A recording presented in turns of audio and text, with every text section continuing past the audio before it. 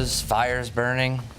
The Saharan desert, the air, the dust. The dust. And that's the least of our issues, right? Yeah, so these things happen frequently, but then when you put them all into one story, it just shows what's been happening. Now, it's severe weather season, but that could also mean extreme drought and extreme fires. But I want to get right to the smoke forecast. At one point, and especially over the weekend, we were seeing red suns across Raleigh just because the amount of smoke that was in the atmosphere. We didn't really see that here in Charlotte, but I'm happy to say that a lot of that smoke is finally starting to dissolve itself, get out of our atmosphere, but more could be coming a little bit later on the week if they don't get those fires under control. Still seeing a decent plume right here around the Midwest over to Ohio, but not so much here in the Charlotte area. We just have a very light bit of smoke, and oftentimes when you have a wet atmosphere like what we're having, it can start to erode a lot of that. And some of the smoke can also act as a condensation nuclei, and I'm always terrible at saying that word, nuclei,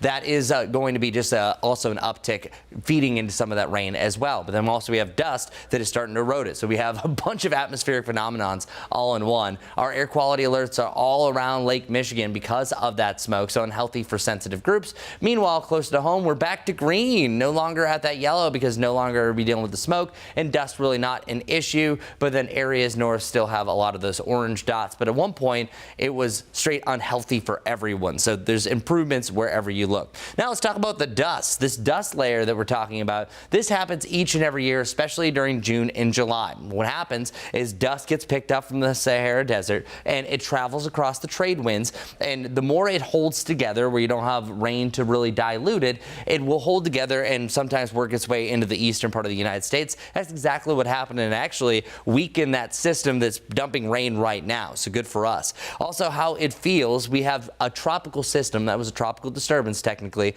bringing tropical air. So it feels humid today, humid tomorrow, and then muggy by Saturday. So Saturday right now, I'm looking at some of my highest totals as far as the amount of moisture in the atmosphere. So always nice to embrace the superlatives, but maybe not always. I want to talk a little bit more about a severe weather potential. So that national story that we were just mentioning was talking about the tornadoes that have happened across Missouri. Now I think the best chance for tornadoes today is really eastern New Mexico up into Kansas, Oklahoma, and the different parts of Texas as well. So the northern part of Texas, northwest of Dallas, that spreads all the way into the Cincinnati area. But we do have a slight chance for a strong thunderstorm in Charlotte tomorrow. Better chance for stronger thunderstorms late Saturday into Saturday night. I'll have more on that over the next half hour of WCNC Plus. But first,